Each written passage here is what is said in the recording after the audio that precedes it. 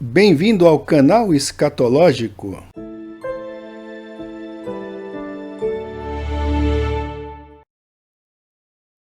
Essa ideia arminiana, o canal escatológico, classifica como sendo uma heresia atual, que está indo contra a palavra de Deus. Continuemos a leitura. Outro versículo, 1 Pedro 1, 3 a 5, diz assim: Bendito Deus e Pai de nosso Senhor Jesus Cristo, que segundo a sua muita misericórdia, a misericórdia é o quê? Deus se compadeceu dos eleitos. Ele então nos regenerou para uma viva esperança mediante a ressurreição de Jesus Cristo dentre os mortos, para uma herança incorruptível, sem mácula, imarcessível, reservada nos céus para vós outros, que sois guardados pelo poder de Deus. Deus é fraco? Deus, ele é frouxo? Para os arminianos, sim. Deus é fraco e Deus é frouxo, mas aqui diz que nós somos guardados pelo poder de Deus, mediante a fé, para a salvação preparada para revelar-se no último tempo. Hebreus 10,14, porque com uma única oferta aperfeiçoou para sempre quantos estão sendo santificados. Então, Deus nos aperfeiçoou para sempre. O que significa para sempre, hein? Vamos ver aqui. Significado.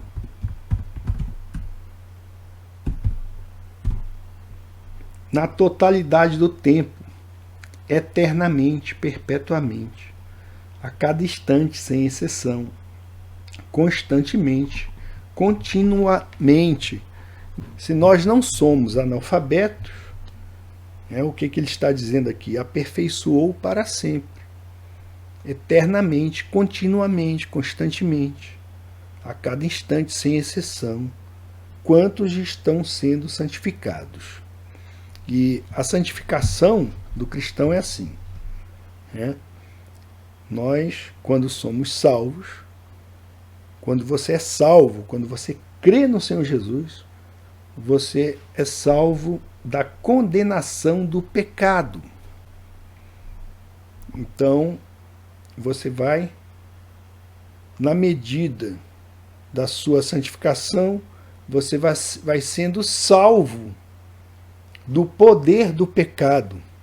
À medida que você vai amadurecendo na sua vida cristã, o pecado vai tendo menos efeito na sua vida.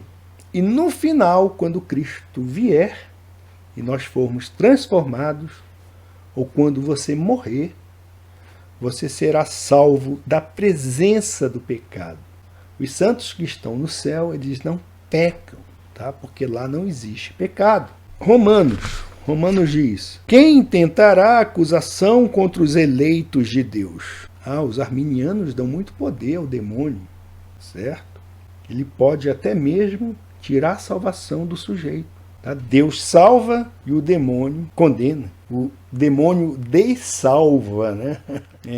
No meio arminiano, eu diria, há uma grande desonestidade intelectual. Eles fazem isso justamente aí, simplesmente não é para o ensino e edificação do cristão.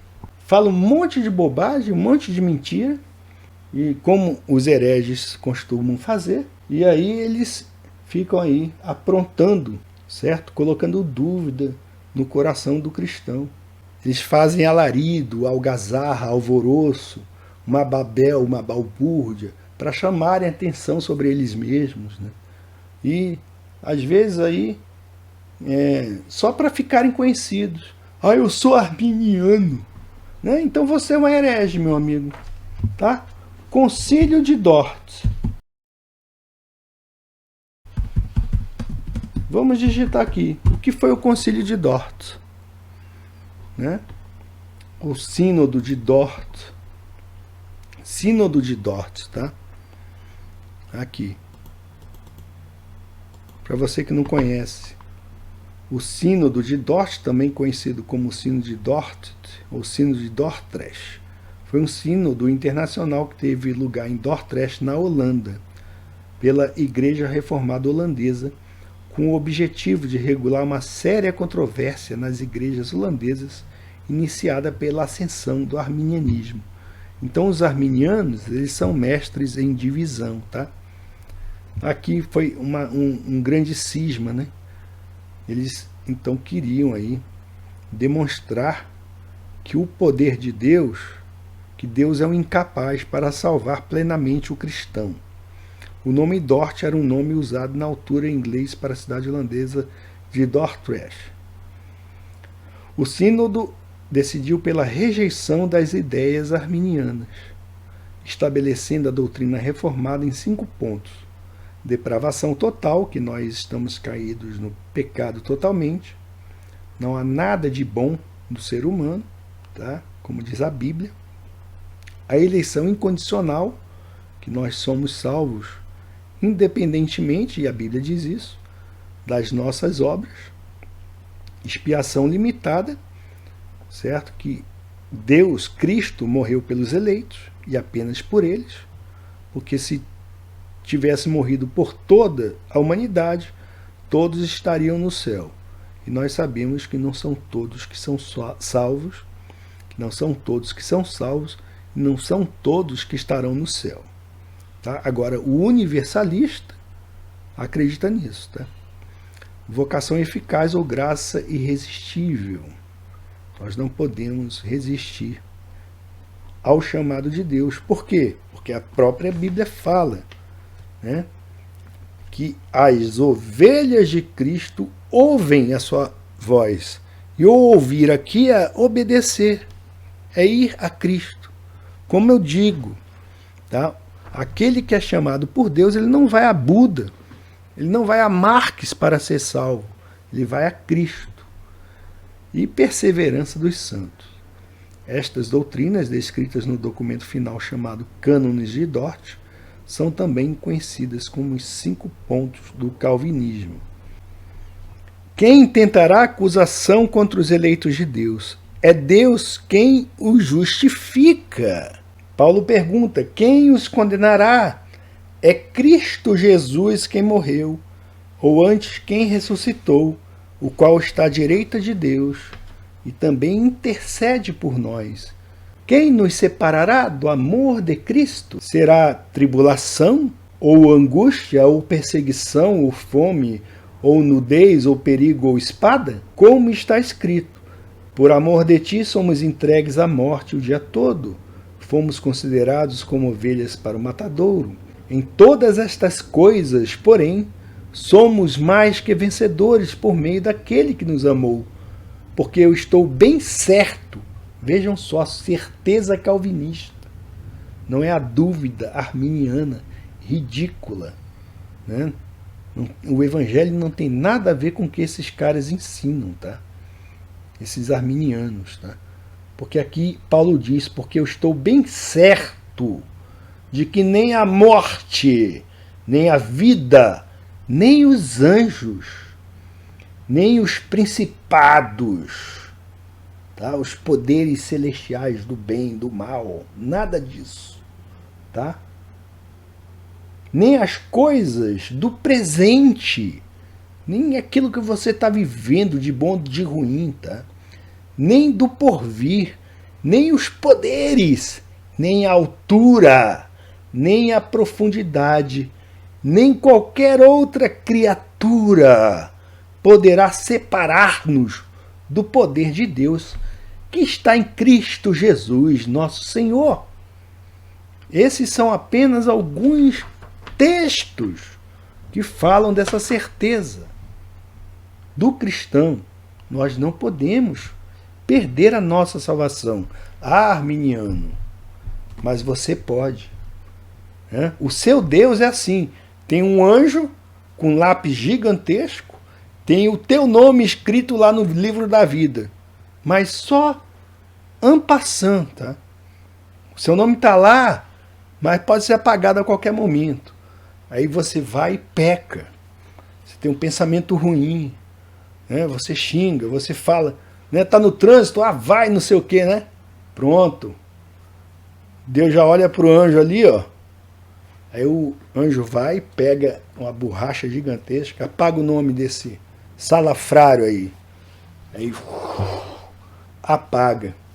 Aí o sujeito, você vai lá na igreja, ou você está lá no seu carro depois de ter xingado o cara, aí você, ai meu Deus, me perdoa, me perdoa. Olha, escreve o nome desse cara de novo, porque ele, se arrependeu. Aí vai lá o anjo do Arminio, já tem calo no dedo, vai lá e escreve o seu nome de novo no livro da vida. Tá? Isso é ridículo. Tá? Então essa heresia arminiana é o sistema da dúvida e do pessimismo. O demônio inspirou Arminio. Tá? Então nós vimos aí nessas passagens que a base para a nossa confiança na perseverança é o poder de Deus. Deus promete acabar o que ele começa. Nossa confiança não está na vontade do homem. Essa diferença entre a vontade do homem e o poder de Deus separa os calvinistas dos arminianos. O arminiano sustenta que Deus elege pessoas para a vida eterna somente sob a condição de sua cooperação voluntária com a graça e perseverança na graça até a morte, conforme previsto por ele. Então, até o cara morrer, eu garanto, aquele livro que o anjo passa a borracha a todo momento, vai ter um buraco e vai chegar um momento que não vai dar mais para escrever o nome do sujeito no livro da vida, e aí ele vai para a perdição eterna mesmo. O arminiano não tem a certeza da salvação justamente por isso, porque ele está projetando os seus próprios medos no próprio Deus. O Deus dele é uma projeção do medo, do pessimismo e da fraqueza dele. Nisso eu concordo, que nós somos mesmo fracos, somos pecadores e somos mesmo incapazes de obter a salvação pelas nossas próprias forças. Então faz sentido, que ele não crê no verdadeiro Deus, no final das contas. Ele não crê no Deus bíblico, ele crê no arremedo criado pelas suas próprias mazelas espirituais. Tá? A Igreja Romana, por exemplo, decretou o seguinte, se você não sabe, isso é verdade. Isso foi no Concílio de Trento, tá, pessoal? A Igreja Romana decretou o seguinte, se alguém diz que um homem, uma vez justificado, não pode perder a graça, e portanto que aquele que cai e peca nunca foi verdadeiramente justificado, que esse seja acusado. Os arminianos protestantes, por incrível que pareça, existe. O cara se diz reformado e arminiano. E eu digo e afirmo aqui com todas as letras, você pode dar pulinho de 10 metros. Você não é reformado. A sua fé não é reformada. Tá? Se você é um arminiano, você é um herege. Herege. Heresias atuais. Tá aí, tá? Os arminianos protestantes, eles fizeram uma declaração similar, bem parecida com essa afirmação aí do Concílio de Trento, realizado por Roma, tá? Eles disseram o seguinte, pessoas verdadeiramente regeneradas, ao negligenciarem a graça e entristecerem o Espírito Santo com pecado, decaem totalmente e finalmente da graça para a eterna reprovação. Qual a diferença sua da Igreja Romana? O protestante arminiano? Nenhuma. Tá? E essa afirmação aqui, é a Conferência de Remonstrantes. Tá? O arminiano, às vezes o cara fala, eu sou arminiano, com a boca cheia, nem sabe o que o cara escreveu. Não sabe nem o que eles falam, sabe? Que é a mesma coisa que a Igreja Romana diz. Porque tem que segurar lá as pessoas, no medo, na escravidão. O Evangelho é liberdade. O cristão é livre da condenação do pecado, pelo próprio poder de Deus, o Deus Todo-Poderoso, que não é o Deus arminiano. Tá? Um argumento importante dado pelos arminianos é que é inconsistente com o livre-arbítrio do homem que Deus force sua perseverança. Então eles falam isso. Não, Deus está forçando a pessoa a crer nele. Eu sou livre, eu tenho livre arbítrio. É mesmo? O único que teve livre arbítrio foi Adão, tá? E jogou isso no lixo, tá? Entretanto, apesar deles falarem isso, tá? Que Deus está forçando a perseverança da pessoa, eles acreditam que os crentes não vão cair da graça lá no céu. Em nosso estado glorificado, Deus vai nos tornar incapazes de pecar. Isso é verdade. Mesmo assim, os santos glorificados no céu são ainda livres, tá? Isso é verdade. Se a preservação e o livre-arbítrio são condições consistentes no céu, não há possibilidade de elas serem condições inconsistentes aqui na Terra. Os arminianos novamente tentam provar muito com sua condição de liberdade humana. Se Deus pode nos preservar no céu sem destruir nosso livre-arbítrio, Ele pode também nos preservar na Terra sem destruir nosso livre-arbítrio. Isso se o livre-arbítrio existisse, tá? Então isso aqui é ad argumentando, tá? Apenas para argumentar, estamos aí falando essas palavras. O calvinista crê que os decretos de Deus concernentes à eleição são imutáveis. Eles não mudam porque Ele não muda. Todos os que Ele justifica, Ele glorifica. Nenhum dos eleitos jamais é perdido. Está escrito na Bíblia isso. Nós sabemos, é claro, pela nossa experiência, que cristãos são capazes de cometer e de fato cometem pecados grosseiros e infames. Isso é do ser humano. Cremos que verdadeiros cristãos podem cair seriamente e radicalmente. Não cremos que eles possam cair totalmente e finalmente. Observemos o caso do rei Davi, por exemplo, que foi culpado não somente de adultério, mas de conspiração na morte de Urias, marido de Batseba. Davi usou seu poder e autoridade para ter certeza de que Urias seria morto na batalha. Em essência, Davi foi culpado de assassinato. A consciência de Davi estava tão cauterizada, seu coração tão endurecido, que foi preciso nada menos do que o confronto direto com o profeta de Deus para trazê-lo de volta aos sentidos. Seu arrependimento subsequente foi tão profundo quanto seu pecado. Davi pecou radicalmente, mas não totalmente finalmente. Ele foi restaurado. Considere o registro de duas pessoas famosas no Novo Testamento. Ambos foram chamados por Jesus para ser discípulos. Ambos andaram ao lado de Cristo durante seu ministério terreno. Ambos traíram Jesus. Seus nomes são Pedro e Judas. Depois que Judas traiu a Cristo, ele saiu e cometeu suicídio. Depois que Pedro traiu a Cristo, se arrependeu e foi restaurado, emergindo como um dos pilares da igreja primitiva. Qual era a diferença entre estes dois homens? Jesus predisse que eles o iriam trair. Depois que acabou de falar com Judas, ele disse: "O que tens de fazer, faze-o depressa." Jesus falou diferentemente com Pedro. Ele disse: "Simão, Simão, eis que Satanás reclamou para vos peneirar como trigo. Eu, porém, roguei por ti, para que a tua fé não desfaleça. Tu, pois, quando te converteres, fortalece teus irmãos." Note cuidadosamente o que Jesus disse. Ele não disse se, mas quando. Jesus estava confiante de que Pedro iria voltar. Sua queda seria radical e séria, mas não total e final. É claro que a confiança de Jesus na volta de Pedro não era baseada na força do próprio Pedro. Jesus sabia que Satanás iria peneirar Pedro como trigo.